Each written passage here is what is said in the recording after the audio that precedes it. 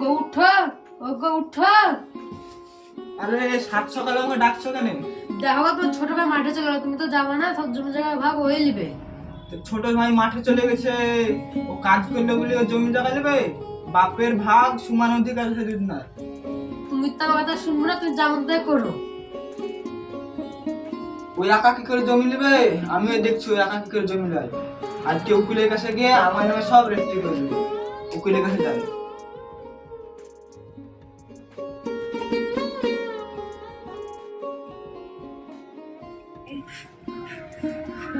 আব্বা বাড়িতে আছো? কে দাঁড়া বাপ, আয় উঠে, আমার শরীরটা বিশাল খারাপ। ও বাপ তুই লেবাস। আব্বা তুমি কেমন আছো? ভালো আছি। তোমার শরীর ঠিক আছে? হ্যাঁ। ওষুধ খাচ্ছ? হ্যাঁ। আরে না, তোমার জন্য আপেল নিয়ে এসেছি। এর সময় আমার কি দরকার? আরে তোমরা খালি তো আমাদের খাওয়া হয়। আব্বা এত একটা সিগনেচার করে দাও তো। কি সিগনেচার? সিগনেচার তো আমার কাছে নাই। আরে আব্বা টিপ টিপ দিয়ে দাও, একটা সই করে দাও। ও লাও এখানে করো। চলো।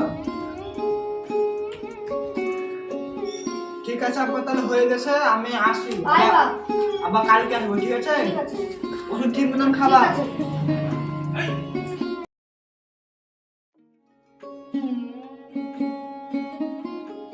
আমি মাঠে যাবো, বাড়ি ঘর দেখো, ছাগল মাগল যাবে না ঢোকে।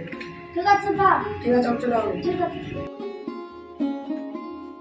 কোদালটা তো ওই তো কোদালটা চাই, কোদাল নিয়ে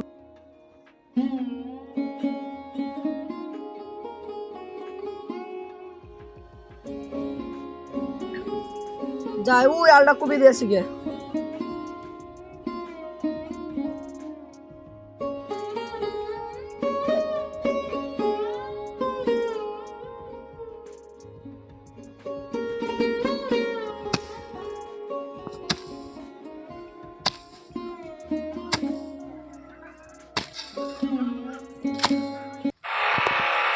ওই তো সাফাই আলকুব আছে। দুই এখন আমার আর ওলা আলকুবিয়া কি করবে বলে হবে? ও আবাদ করতে হবে না, এভে এখন থেকে আবাদ আমি করবো। এই সাফাই তুই আলকুবাতে পারবি না? কেন রে, আলকুবাতে পাবো না কেন? এখন আমার জন্য। তোর জন্য মানে বাপকে তোকে লিখে দিয়েছে নাকি? হ্যাঁ আমাকে বাপ লিখে দিয়েছে, এখন এই জমিতে একদিন আবাদ করবি, আর তুই আবাদ করতে পারবি না। তোর বাপের জন্য জমি দিল সমান অধিকার। সমান অধিকার না, আমাকে লিখে দিয়েছে, আমি কিছু বুঝতে পারবো না। তুই বাপকে ডাক। ঠিক আছে, তুই বাপের কাছে আয়, আমি বাপের কাছে যাচ্ছি, বাপের কাছে দিতে হবে। চল, আমি বাপের কাছে আছি, তুই আয় বাপের কাছে আয়।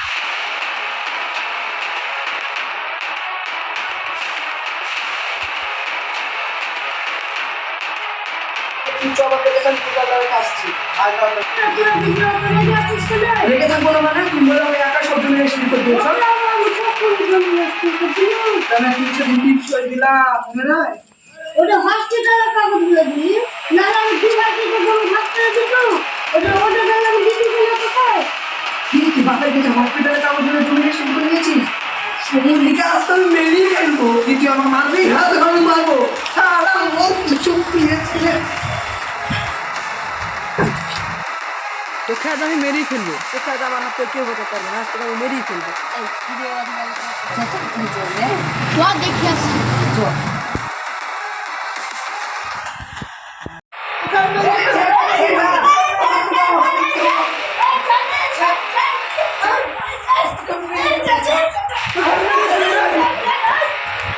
ও চাচা, আপনি কেমন মানুষ? আপনার দুই বেটা ঝামেলা করছে, আপনি চেয়ারে বসে বসে দেখছেন। আমারও তো 4 দিন থেকে জ্বর হয়েছে, আমি তো উঠতে পারছি না। ওদের দুই ভাইকে ঠেকাতে গেলে আমাকে তো মেরে ফেলবে। তাহলে আপনাকে যেতে হবে না, মুরলকে ডাকতে হবে। ওই সাথে মুরলকে ডাকতে তো। ঠিক আছে, যাচ্ছি। মুরল সাহেব বাড়িতে আছেন? কে? আমি ওই সাপাইতে বাড়ি একটু ঝামেলা লেগেছে তো, তাই সমাধান করতে বলছিলাম। ও মুরাল মশাই ঘুমাচ্ছে, আপনি যান। মুরাল মশাই কাছে আমি আসছি। ঠিক আছে। মুরাল মশাই, মুরাল মশাই, কি হলো রে, কি বলছিস? ওই সাপাই যাবে ঝামেলা হয়েছে, তাই আমি আপনাকে একটু ডাকলো। ঠিক আছে, চল সাথে ডালে।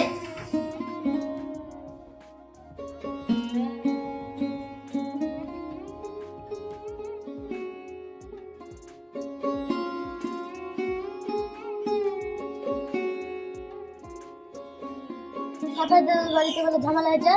হ্যাঁ ঝামেলা হচ্ছে, আপনি যান, আমি আমার বাড়িতে একটু কাজ আছে আর কাজটা সেরে আসছি। ঠিক আছে যা। তা কি নিয়ে ঝামেলা? আর বলো না, বড় বেটা জমি আমাকে দিয়ে লিখে দিল আর ছোট বেটা আমাকে দিতে বলছে। আসি কথা কি ঠিক?